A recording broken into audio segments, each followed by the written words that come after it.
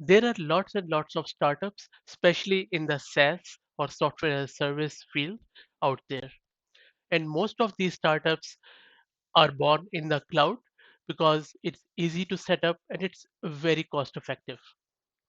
So, as a cloud engineer, you must be receiving lots and lots of offers from new and bit older SaaS companies, and they tell you all the good things about them that they have raised this much amount of money, they are growing rapidly, and then you are torn between the decision as whether you should join them or not. In this video, I'm going to give you some of the pointers which are quite useful in determining if the SaaS company which is approaching you or you are thinking of joining is successful or not. For example, a lot of the time you get the emails from the recruiters or even from the SaaS companies directly on LinkedIn or maybe on other websites that they have just raised a nice seed round that has 20k, maybe 100k in MRR, and they have this great product which everyone wants. So now would you join them or not? The key is understanding if it's merely a pre-success you're meeting with or one that potentially can be very successful and long running.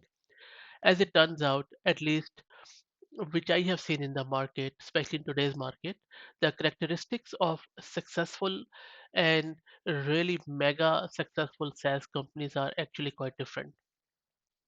And if that startup is quite new, then it's very hard to tell that whether it would be a success or not. So let's discuss few of the key pointers which you can identify to determine if that SaaS company is successful and is here for a long run or not. First and foremost, Chief Executive Officer, who would likely be the founder or co-founder, is the key person. If you could meet with that CEO, that would be awesome because it's very hard to make customers happy if your CEO is not 100% committed. And I cannot stress it enough that CEO is the key here. I would say incredibly or at least very smart, insanely driven CEO is a blessing for any company. And not just very driven, really a little bit insane, I would say, because there is no magical network effect in SaaS. The CEO has to push the rock up the hill, and he should act as a beacon house there.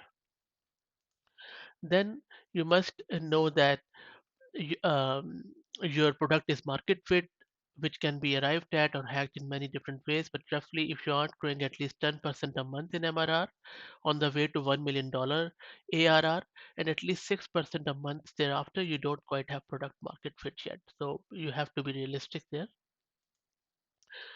The passion should be everywhere in that startup, from the recruiter who approach you to the CEO to the developers who are working there and the hiring manager, and all of the people should really ooze passion, deep, true passion in belief in their market and product and their customers and the journey, which will be really rocky in the first few months and years.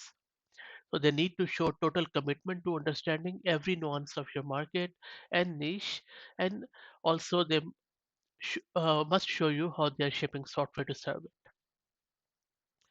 Then patience is a key here again, and resilience, because it really takes around 10 years minimum to really get anywhere in SaaS, and sometimes more than that to really build something fascinating. So I would say that patience is a key here. Okay, no one can predict the future, but at least vision should be there. In software as a service, anyone with a brain can see the white space that exists today. What's hard is to truly see where it will evolve in 5 years from now and how to get there.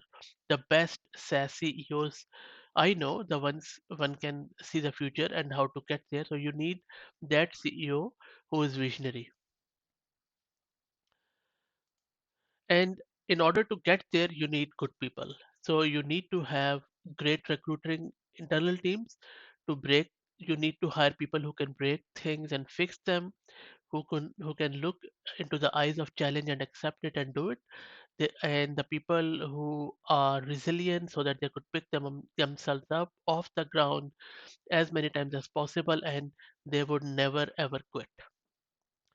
So maybe you can use all of these pointers as checklist if you're deciding whether to join a given SaaS startup or not, if you have options, of course, and you'll know if they have success or at least pre-success. You can see their website, their Glassdoor reviews, and all the anything you can read up online.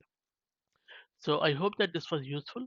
If you have any insights, please put them in the comment section. Thanks for listening.